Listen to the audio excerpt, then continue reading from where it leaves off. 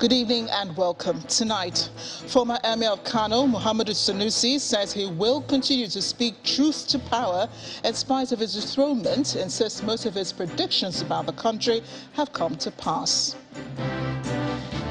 Bandits kill one abducted couple during attack on Katsina State community, second attack on the same community in less than 2 months.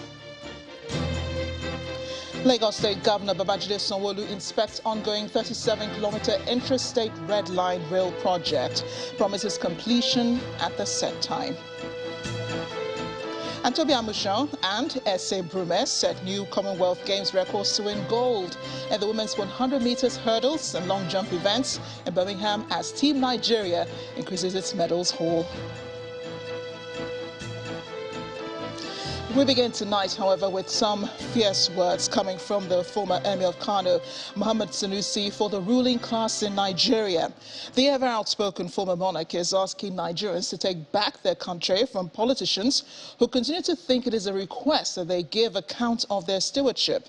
Mr. Sanusi, who spoke in Lagos today, says he spent the better part of 2015 and 2016 speaking to relevant government officials and warning them of the dangers of the policies they were running. The former CBN governor, who questioned the rationale behind those who think he shouldn't speak up on economic matters, says he is most qualified, having distinguished himself in the private sector. This country, and we're in difficult times. This country will not move forward until Nigerians take ownership of their country. People have said to me, your problem is you've criticized the government publicly. Many of them don't know that before I go with a public criticism, I would have spent months, maybe years, speaking in private.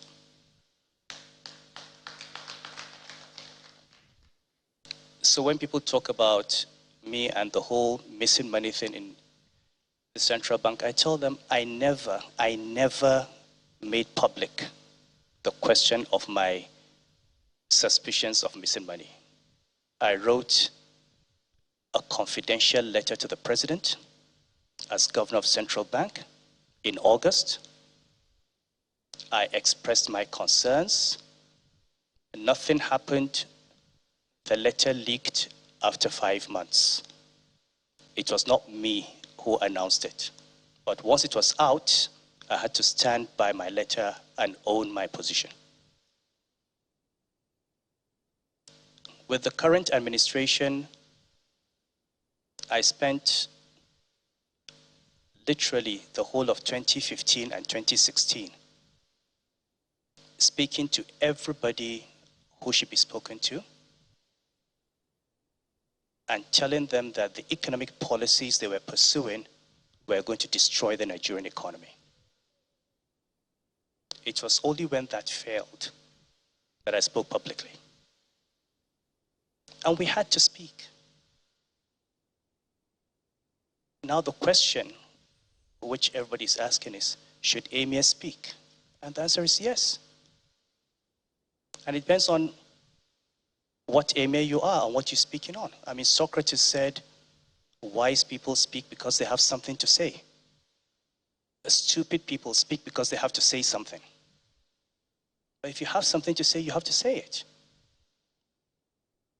And I never agreed that anyone could tell me, given my background, that I was not qualified to speak on the economy.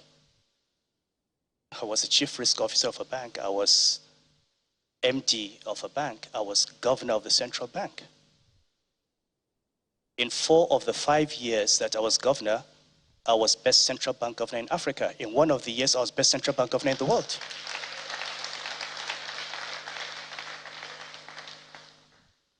And I say, if we all go into public service and we have a record, we should be proud to point to that record.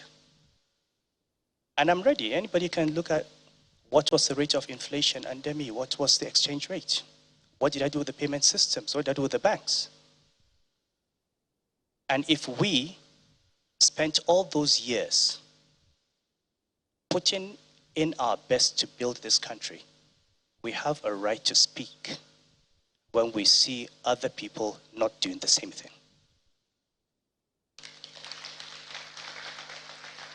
If every president, every governor, every minister, every commissioner took his job seriously, this country would not be where it was.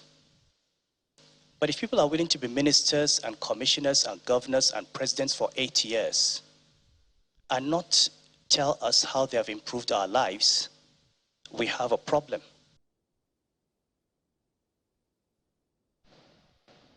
Staying with the political class, Rivers State Governor Nyesom Wike says his government has received intelligence report that politicians in the state have started recruiting cultists and ex-convicts to be used as political thugs before and during next year's general elections.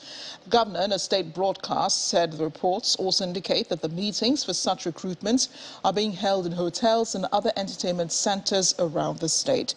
He's warned that his administration will not allow any politician, despite his past or present status or political leanings, to upset the relative peace which the security agencies have struggled to maintain in Rivers State. We're not unaware of the intelligence report on some misguided politicians who have started the process of recruiting cultists, supporters and ex-convicts as thugs in furtherance of their political aspirations for 2023. We have also been informed that owners of hotels and entertainment centers are giving out their premises to politicians and political parties as a convenient base for the gathering of these political talks across the state. I wish to emphasize that we are not taking these reports lightly and would therefore not allow any politician, no matter his previous or present position, the chance or opportunity to upset the prevailing peace and security in Rivers State. Similarly, we will not allow any political party, be it the All Progressive Congress, the People's Democratic Party, or the Social Democratic Party, or any other party, to threaten the safety and security of lives and property during the campaigns with mayhem, thuggery, or violence. Accordingly, we have already alerted and set the security agencies on the trail of those misguided politicians and leaders of political parties and stop them in their tracks with the full weight of the law.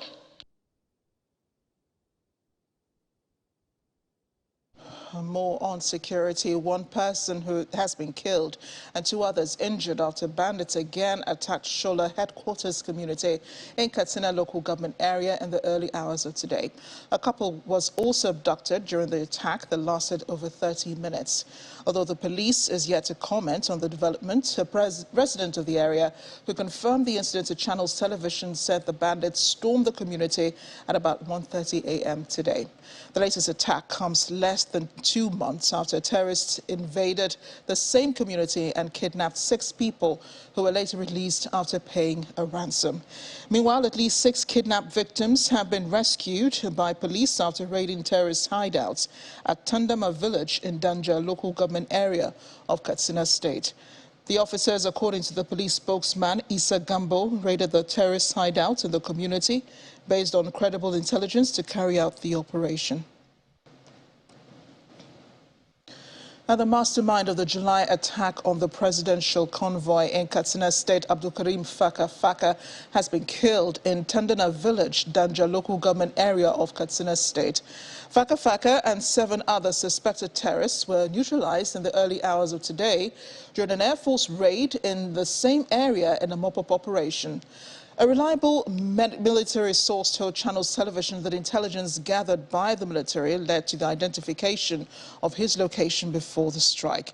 A source asked that many of the terrorists also fled the scene with bullet wounds, while others rustled cows. All their rustled cows perished. The military is yet to react to the aerial bombardment. But it's some cheery news from Ondo State. A traditional head from Ikare Akoko, Chief Mukaila Bello, and 3 others abducted along Owo Ikare Akoko Road on Thursday evening have regained their freedom. A police spokesperson in Ondo State, Fumilayo Odulami, who confirmed the incident to Channels Television, says they're receiving medical attention in hospital. The victims were said to be returning from Akure to Ikare when they were attacked by gunmen along the Agoyaye axis of the road. Meanwhile, it is unclear whether any ransom was paid for their release.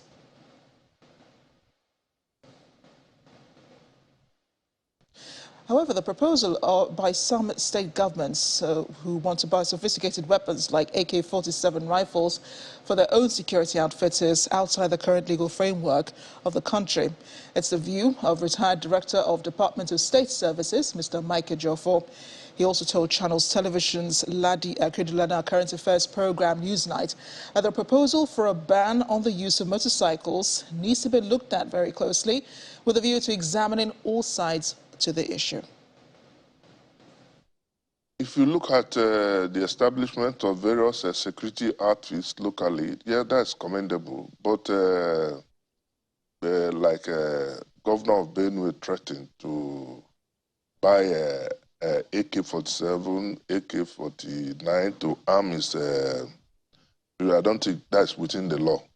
But any means anybody can use to protect himself, like government has been calling on people to protect themselves. I'll give you an example of the Amoteku. You know, since the establishment, I think it's the most organized in all parts of the country, the Amoteku, because they have achieved a lot of success, especially in Ondo State. You know, until recently when we had this attack on the Catholic Church, Ondo State remained relatively peaceful. And I think that's the way to go, that we should involve not only the security outfits, but the community. The people should be involved, you know, giving information to the security agencies. When you say something, say something.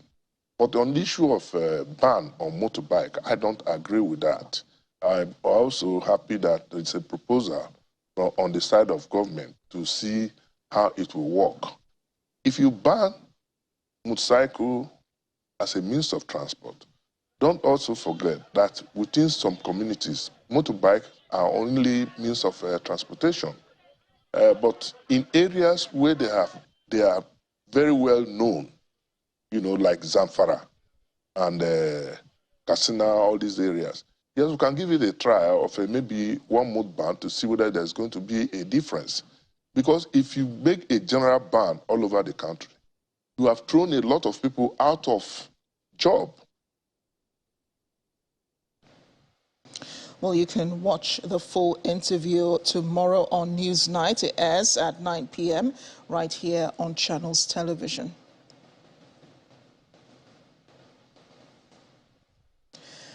And in part 2, after the break, Lagos State Governor Babajide Sanwo-Olu inspects ongoing 37-kilometer intrastate red line rail project, promises completion at the set time.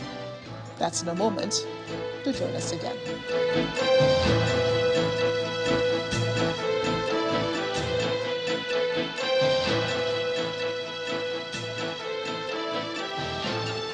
Welcome back. If it has joined us to watch the news at 10 live on Channels Television, Lagos. Here's a reminder of our top stories. Former Emir of Kano, Muhammadu Sanusi, says he will continue to speak truth to power in spite of his dethronement, and says most of his predictions about the country have come to pass. Bandits kill 1 abduct couple during attack on Katsina State community. Second attack on same community in less than 2 months. Lagos State Governor Babajide Sanwo-Olu inspects ongoing 37-kilometer intrastate red rail line project. Promises completion at set time. Toby Amushan and S.A. Brume set new Commonwealth Games records to win gold in the women's 100-meter hurdles and long jump events in Birmingham as Team Nigeria increases its medals haul.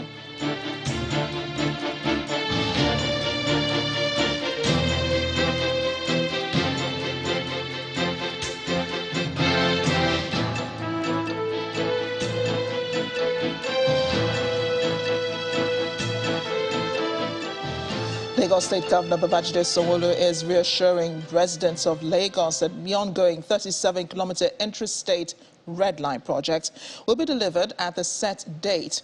The governor, his deputy Obafemi Hamzat and other state officials inspected the project starting from Agege to Oyingbo.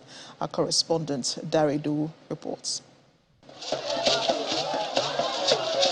The inspection tour of the Red Line Rail project kicks off at the Agege station, where there's a link between the Nigeria Railway Corporation line and the interstate rail service.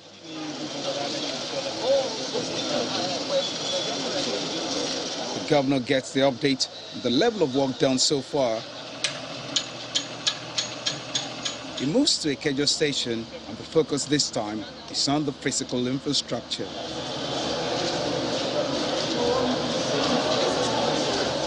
From Ikeja to Mushin, Yaba, and the final stop at the Oyingbo station, where the governor promised the residents that the work on that axis will be delivered soon. 2 months, 3 months, we'll finish it, okay? Small, patient, small. We'll rush it very fast, okay? Governor Sanwo-Olu says the Red Line project is on track. The operations should start first quarter 2023, right? So what we're doing is to ensure that the physical infrastructure, right, are completed by December latest. All stations, all bridges, all walkways, all pedestrian bridges by December, so that they can start testing.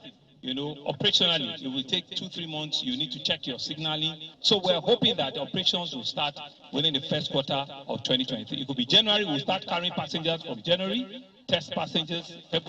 You know, operationally, we should start doing that first quarter next year. And those were the promises that we gave to Lagosians before the end of our administration. We will have passenger movement on the Red Line. The mass transit project, including overpasses, stations and other assets, is part of the state's intermodal transportation arrangement, expected to move more than 700,000 passengers daily. Dari Idu, Channels Television News. And in neighboring Oyo State, the first cassava-based sorbitol factory in Africa has been inaugurated. The project, which has the support of the Central Bank of Nigeria, is located at Alaide Village, Adowayi, Oyo State. The Oyo State Governor, Seyi Makinde, while commissioning the historic project, describes it as a testament to the commitment of his administration to making agribusiness a life-changer. The Oyo State government and management of the Central Bank of Nigeria and key players in agribusiness converge on the agrarian community of Alaide Village in Adowayi, Oyo State, to witness history.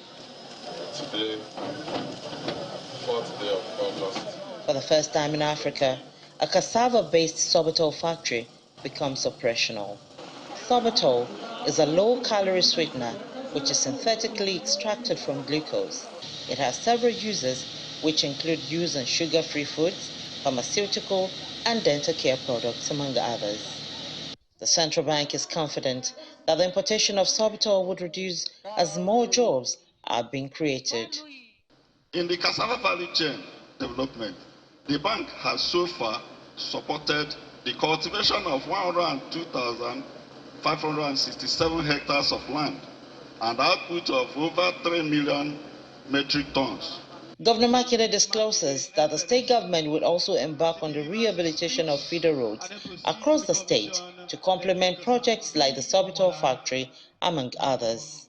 The role of government so far has been to build the infrastructure needed for these businesses to locate their factories and farms here in Oyo State. This sorbitol factory is largely reliant on cassava as the main raw material. Cassava can be used to produce monosodium glutamate, vitamin C, vitamin E, ethanol, sorbitol, name it. It can produce more than 300 different types of products that we currently import into Africa. To some of the stakeholders, the project is a nexus between agriculture and industrialization. This is a fundamental way to raise living standard in our rural areas, to lift rural economies and make sure that all those bountiful things that people look for in cities they can also have in the rural areas. Farmers in Okiogwen environs are happy about this project, as it will be an off-taker of large-scale cassava production to their delight along that corridor. Bukola Oriowo, Channels Television News. We're in Kogi State, which has declared its readiness to collaborate with China in establishing a nuclear energy plant in the state. Governor Yahaya Bello stated this at the Government House in Lokoja during a visit of a delegation from China National Nuclear Corporation, led by the Chinese ambassador to Nigeria, Ki Jianchun. The governor, who is delighted over the choice of Kogi State for the project, says the visit and discussion is between two sincere governments, both interested in the development and advancement of the people. A high-powered delegation from China, led by the 14th ambassador of China to Nigeria, Mr. Ki Jianchun, are in this hall at the Government House, Lokoja, to meet with Governor Yahaya Bello of Kogi State and members of his cabinet to discuss areas of partnership in nuclear energy investment with the state government. Chinese visit here really made a good contribution to Nigeria. The deep water harbor, the highway, the railway, airport, hydropower plant, and also we are discussing later nuclear power plant. So infrastructure, really China can do more because we have achieved a lot in China. So just now the head of delegation, Mr. Wang, would like to invite you, Governor, go to China to see really China is leading the international community to build our advanced and a very modern infrastructure. A pictorial lecture of what the nuclear energy investment entails and its advantage to the country and Kogi State is then presented to the council. An ecstatic Governor Bello assures his visitors that his administration is willing to foster the relationship with the Chinese government by engaging in fruitful discussions in the interest of Kogi State. He urges China to continue sharing their wealth of experience with Nigeria in areas where the country requires assistance. We will partner with you to ensure that you deploy the latest technology, just like we are deploying the latest technology in terms of healthcare service delivery. We want to equally partner with you, not only to generate energy or power, but also to deploy the latest technology to secure our people.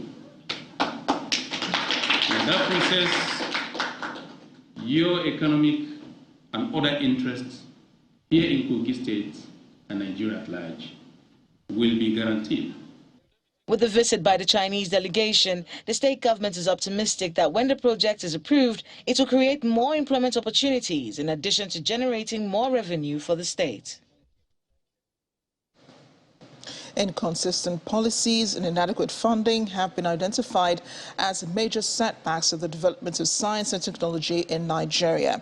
The National Board for Technology Incubation is saddled with the responsibility of nurturing early-stage technology startups. However, some experts argue they aren't living up to expectations. In this report, we take a look at how the challenges and prospects of this sector as it affects Nigeria's development. The federal government has put together several initiatives to support entrepreneurship through the promotion of small and medium enterprises.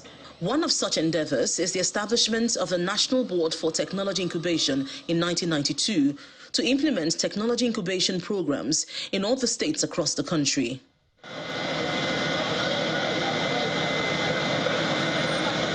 Technology incubation is designed to grow new and small businesses, products and innovations, as well as supporting entrepreneurs through the early stages of development. The National Board for Incubation Center, which is supposed to have the mandate to galvanize all young innovators together and see how they can structure them, put them into a center, and give them the necessary or the requisite funding that they need to be able to bring these ideas to limelight. However, experts believe the intention for creating these initiatives have not been realized. They say some of the reasons for this setback include inconsistent policies and lack of proper funding. For you to actually carry out innovation, it requires a lot of money, and that talks about research and development. It's just like you talking about the Silicon Valley. You talk about the Zuckerbergs, you talk about the Bill Gates, and all those people who have innovative mindsets in Silicon Valley in the US. They are largely funded by government. So there must be a very huge budget for innovation and for research and development. But in this side of the world, it's unfortunate we've not been able to have that. This expert also wants government to take a cue from Asian countries who are known for innovation. Any such a development or discovery, the government steps in immediately and encourage the young ones and produce it to a massive distance. That's why you see people developing faster, especially in China. Every family is an innovator. They innovate, they create wristwatches, all kind of equipments. That's why sometimes they call it fake or Taiwan. They call it, used to be Taiwan, but then they have developed into a very qualitative, standardized way of doing things, globalized way of doing things, and they're no longer calling them Taiwan, which means fake one.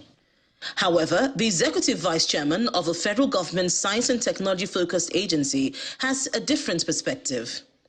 Our contribution to both technology and economy is we have successfully researched and developed products in the area of solar energy. And today, our success has led to the establishment of solar manufacturing plant, 100% owned by government, and producing solar modules, that is solar panel of international standards. The National Board for Technology Incubation, which is responsible for nurturing these innovators and entrepreneurs, was not available to speak on its mandate. Restructure the concept of Technology Incubation Center Initiative and focus on technology-enabled products and services if it intends to put Nigerian products on the world map.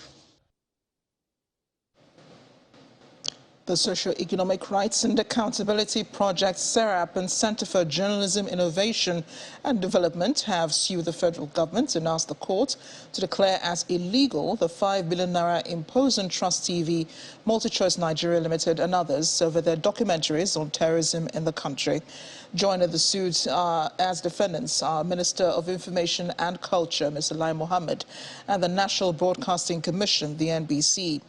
The NBC had last week imposed fines on the media houses, claiming that their documentaries glorify the activities of bandits and undermines national security in Nigeria.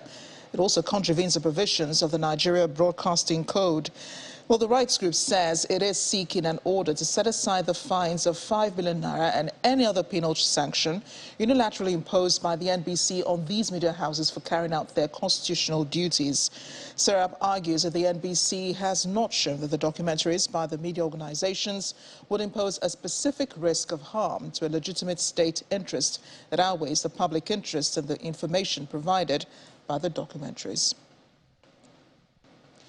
Well, as part of efforts to ensure the speedy dispensation of justice, the president of the Center for Socio-Legal Studies, Professor Yemi Akinseye George, is advocating the need for the implementation of the Administration of Criminal Justice Act at the federal level and the Administration of Criminal Justice laws in various states of the Federation.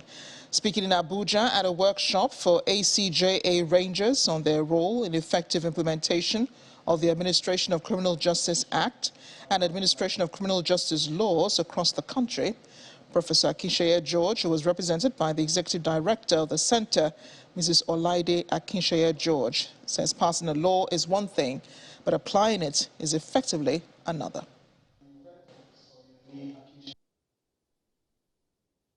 You will agree with me that passing a law is one thing, but applying it efficiently is another. And that is our problem in this country, because it's not that we don't have good laws, but it is lack of effective implementation or enforcement of this law. Indeed, I make bold to say that a weak law that is properly implemented is better than a good one that is left on the shelf to gather dust. Effective administration of criminal justice requires active participation of all the members of the public. And when the members of the public play their roles effectively, and provide support for law enforcement personnel, administration of criminal justice becomes more effective. Now, how can they do that? Some of the ways in which citizens can engage in promoting effective criminal justice administration includes the following. 1, being informant or whistleblower. That is, when you see something, you say something. This above is a common saying often used by law enforcement agencies to solicit information from the general public. Health matters now. As the World Breastfeeding Week is commemorated, the Yobe state government says it will soon complete and commission one of the largest maternal, neonatal and child health complex with over 250-bed capacity in northern Nigeria. The Commissioner for Health in the state, Dr. Lawan Gana, revealed this while inspecting the multi-billion naira project in Damaturu, the state capital. According to the World Health Organization 2020 report, Sub-Saharan Africa has the highest neonatal mortality rate in the world, with 27 deaths per 1,000 live births. To mitigate the neonatal indices in the northeast region, the Yobe state government has embarked on construction of a maternal, neonatal and child health complex with over 250-bed capacity in Damaturu, the state capital. The project, which would also serve as a clinical center for medical students of Yobe State University, has now reached 95% completion and is expected to be commissioned in December 2022. This structure is about the largest in the northern part of the country, and it was actually conceived based on the need to address the maternal, neonatal and child health negative indices. It's designed to meet the needs of tertiary care, research, as well as training of health workers that are related to this area. Presently, as you can see, the infrastructure is already about 95% completed. Soon, by end of this month, we're optimistic that it will be 100%. On manpower, the Commissioner for Health in the state reveals that 400 healthcare personnel ranging from doctors, laboratory scientists, pharmacists, nurses and midwives are currently undergoing training at health institutions both within and outside the country. The state government has continuously employed various cadre of manpower, from doctors to nurses, midwives, pharmacists and so on. And of recent, His Excellency approved for the, for the placement of pharmacists, lab technicians, and so on, indigenous ones on salary scales. So that is like an automatic employment for them while they're in school, and immediately they will be absorbed into the system. The residents are hopeful that with the arrival of some equipment and the recent approval of an additional 4.5 billion naira for medical equipment and furniture, the challenge of maternal, neonatal and child mortality in the state will be reduced to the barest minimum. Ahead on the news at 10, Tobi Amusho and S.A. Brumes set new Commonwealth Games records to win gold in the women's 100-meter hurdles and long jump events in Birmingham as Team Nigeria increases its medals haul. That's all in a moment. Please join us again.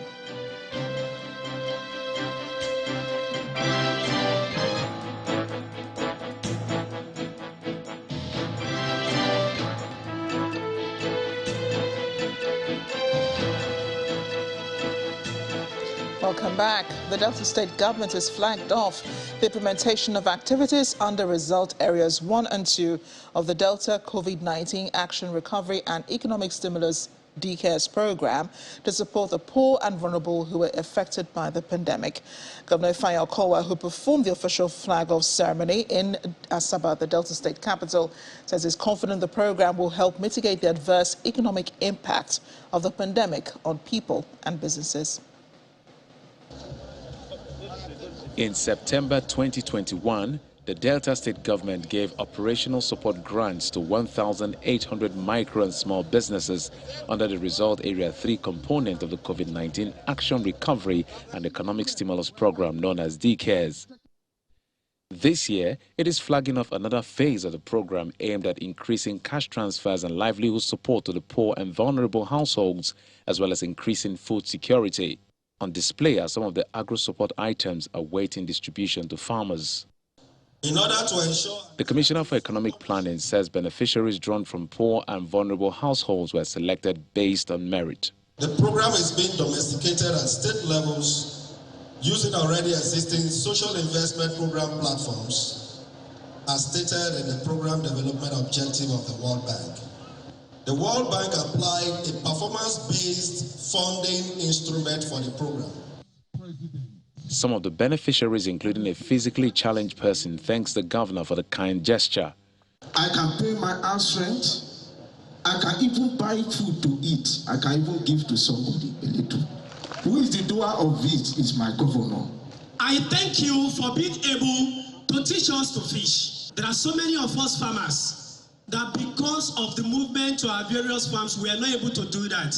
We were all given a movement pass. And during that period, it made it a lot easy.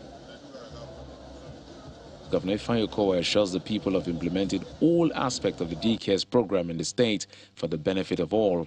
This administration is very committed to this program because it complements and supports our various social intervention efforts.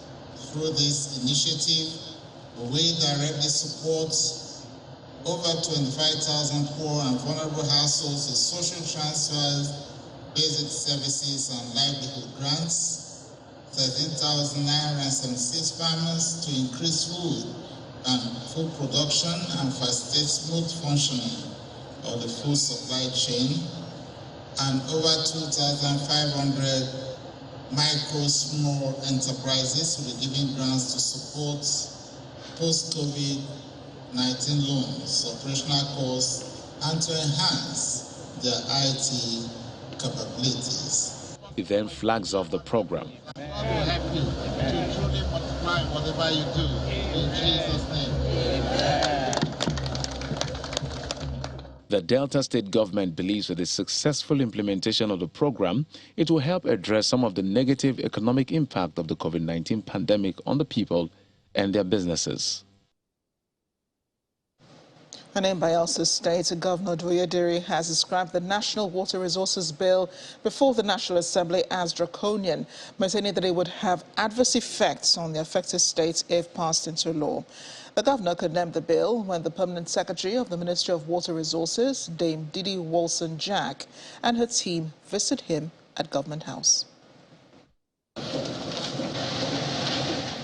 The Permanent Secretary, Ministry of Water Resources, Dame Didi Wilson-Jack, is on an advocacy visit to the Bayelsa State Governor to brief him on the federal government's water and sanitation, hygiene, WASH program and discuss approaches to implementation in the state.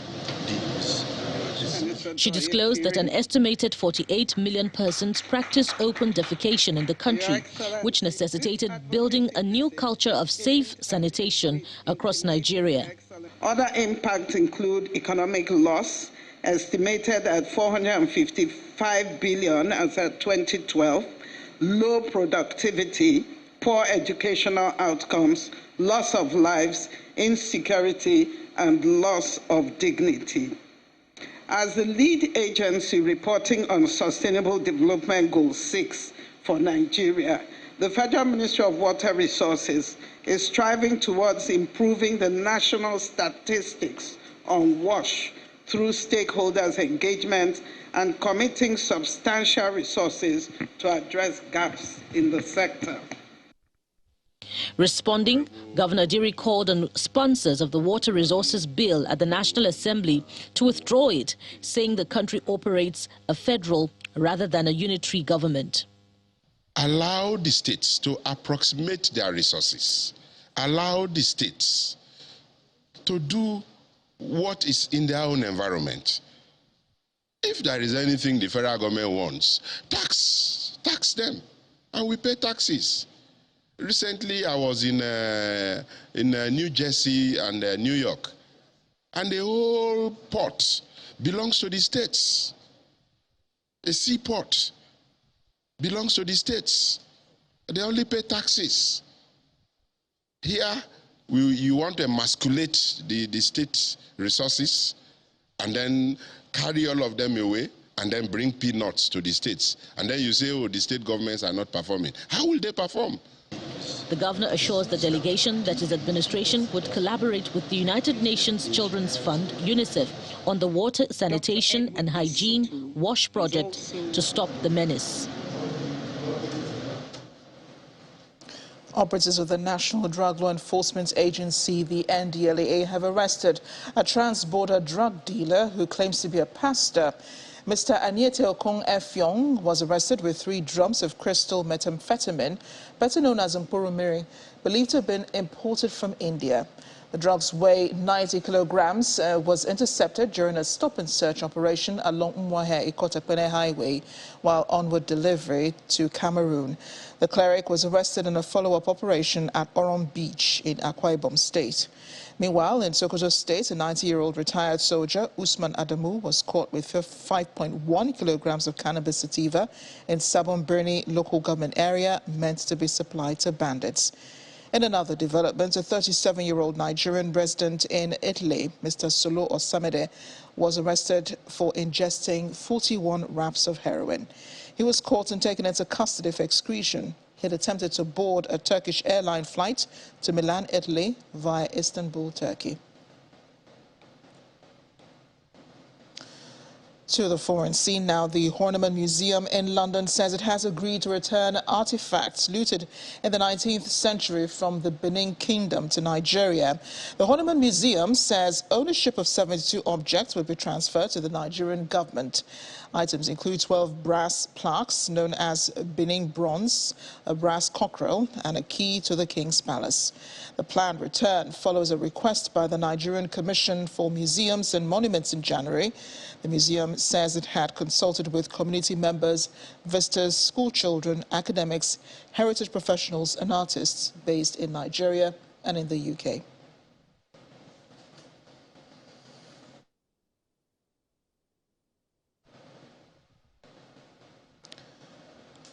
Well, Taiwan will welcome officials from other countries despite the threats of attacks by China because the island nation is prepared for any eventuality with its Asian neighbor.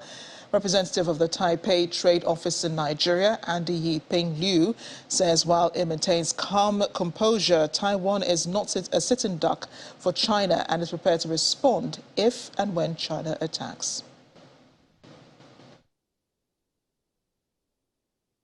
Our military build-up for the last 50 years has been continuously going on, and we've been buying more than 200 of the U.S. F-16 jet fighter. That's one of the largest F-16 jet fighter fleet in the world. And we are building our own submarine, our Navy submarine, and we build our own destroyer, our own kind of a missile attack boat, and we have one of the strongest missile defense systems in the world. So even if the Chinese are launching numerous kind of missile attack, our radar system has already locked them up.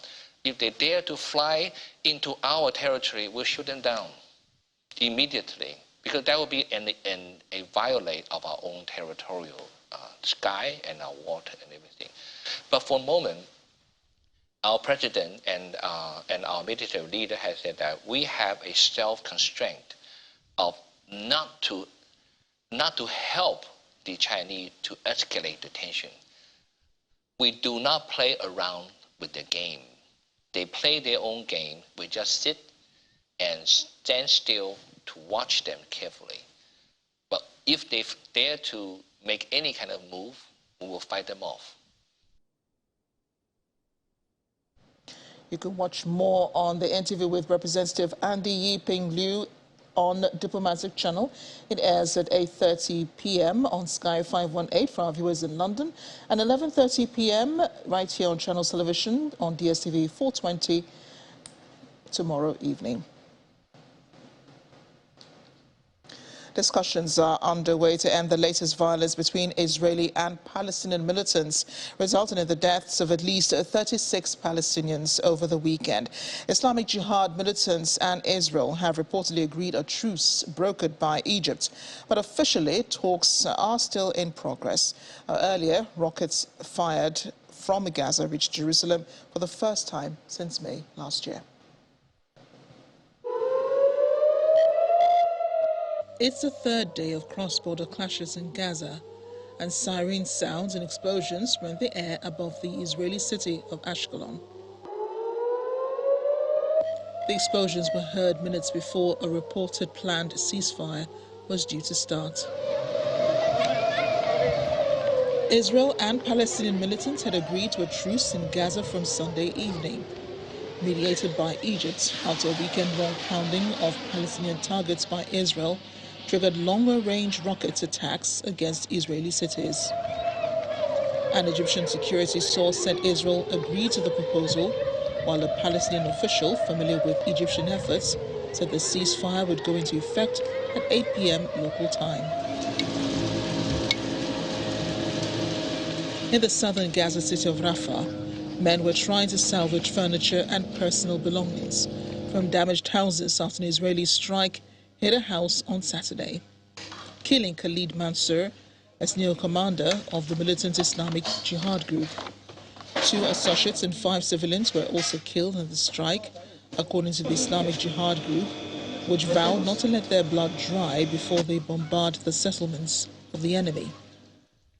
About 31 Palestinians, at least a third of them civilians, and 2 of them senior commanders of the Islamic Jihad militant group, have been killed since Friday in the latest surge in fighting, while Palestinian rocket salvos have sent tens of thousands of Israelis to shelters.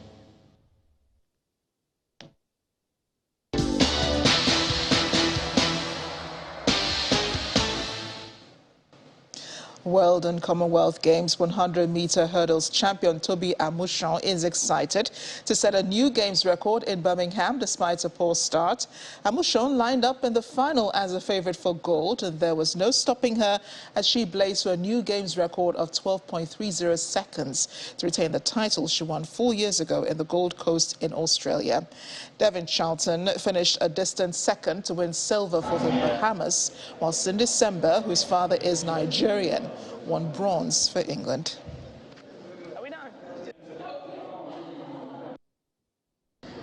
The goal is to come out here, execute, and, defend my title. And even though it was I wouldn't say poorly executed, but it wasn't the best of my best, but I'm thankful to have gotten the win. That really don't matter. The hurdle is a very humbling event, so you got to come in calm and be ready to execute. The world champions, it was more pressure on me, and coming in here I was more relaxed and I know what I needed to do.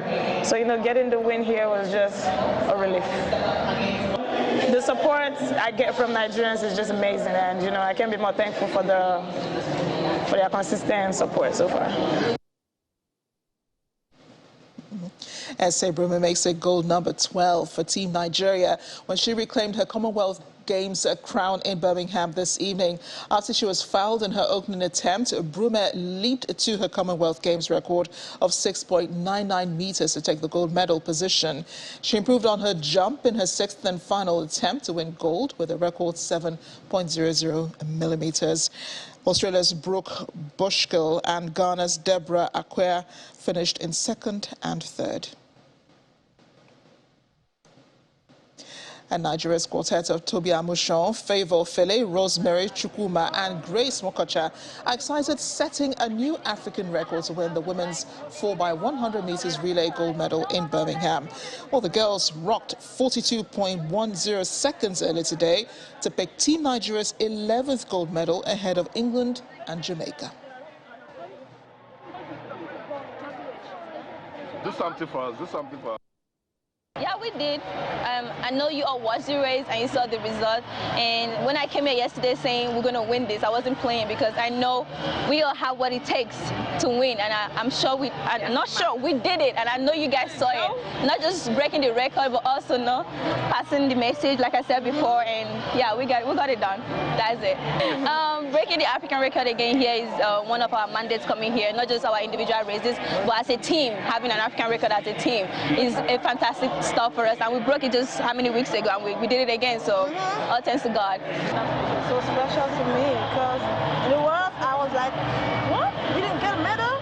I felt so bad, but coming out here I need to put myself together and make sure we execute properly and get the African record and also the gold, and that's what we don't see here, and I'm happy for that.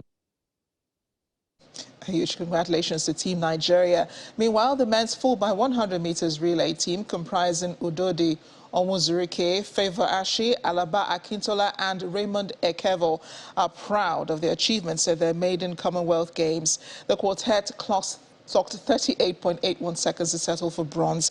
It will be the first time since 1990 in Auckland.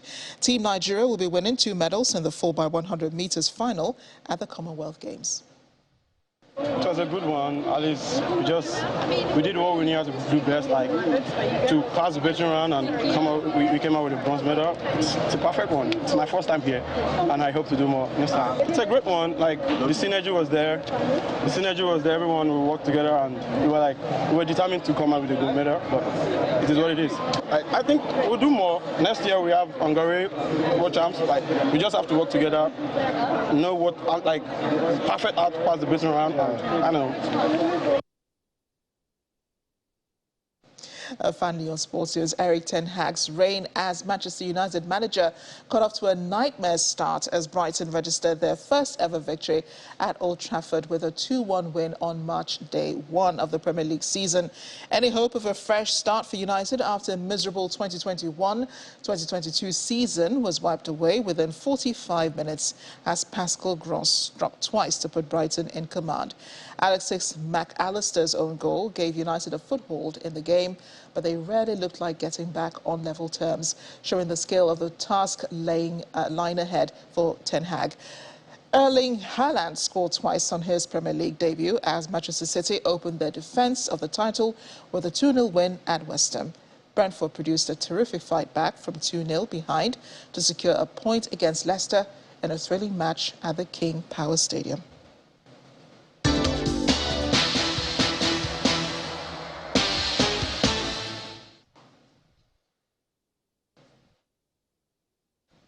And the main news again. Former Emir of Kano, Muhammadu Sanusi, today said he will continue to speak truth to power in spite of his dethronement. A former CBN boss who was speaking at the staging of a play in his honor said most of his predictions about the country have come to pass. Also today, bandits killed one vigilante member and abducted a couple in a Katsina State community. The attack is the second on same community in less than 2 months. We also told you that the Lagos State Governor, Babajide Sanwo-Olu, today inspected the ongoing 37-kilometer intrastate Red Line rail project, where he promised that the project will be delivered on the scheduled completion date. And just before we go, Art Review is up next. 9 Gems is a solo exhibition by Segun Akano, who uses historical and traditional relief sculptures to celebrate the beauty of Nigerian culture.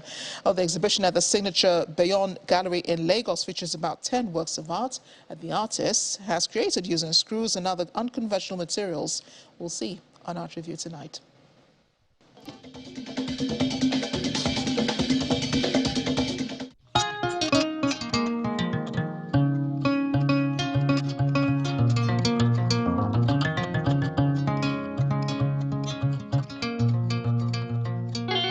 Winning hearts one screw at a time is what Segun Akano is doing through his latest solo exhibition. What initiated the works, really, it's our background, our stories as Nigerians, our fathers, our great-grandfathers' stories, their ethics, their values,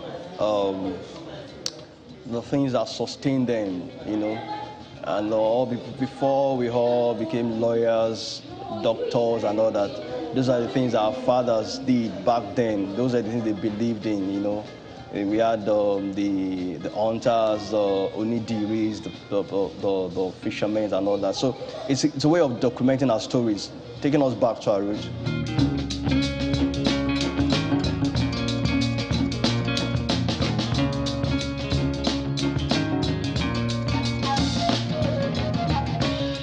Using this unconventional material, this artist has added more color schemes to his traditional themes, which are captured in 9 gems. Each of the works takes him about 2 to 3 months to accomplish one.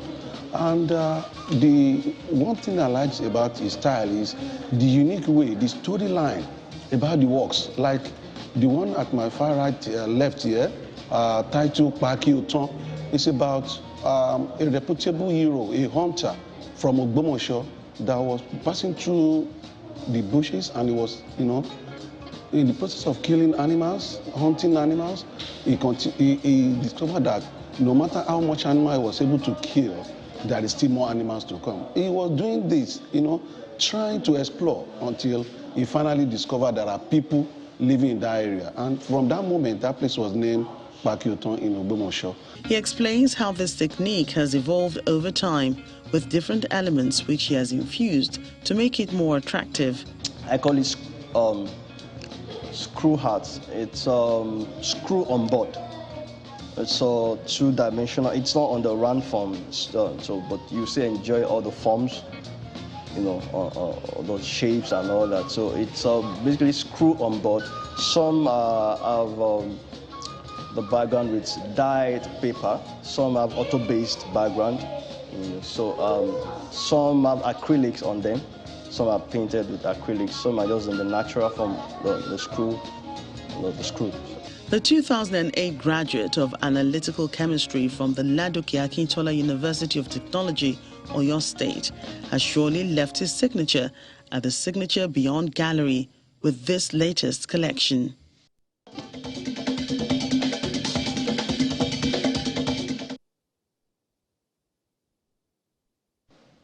And that's it on the news at 10 tonight. Thanks for watching. I'm Amarachi Ubani.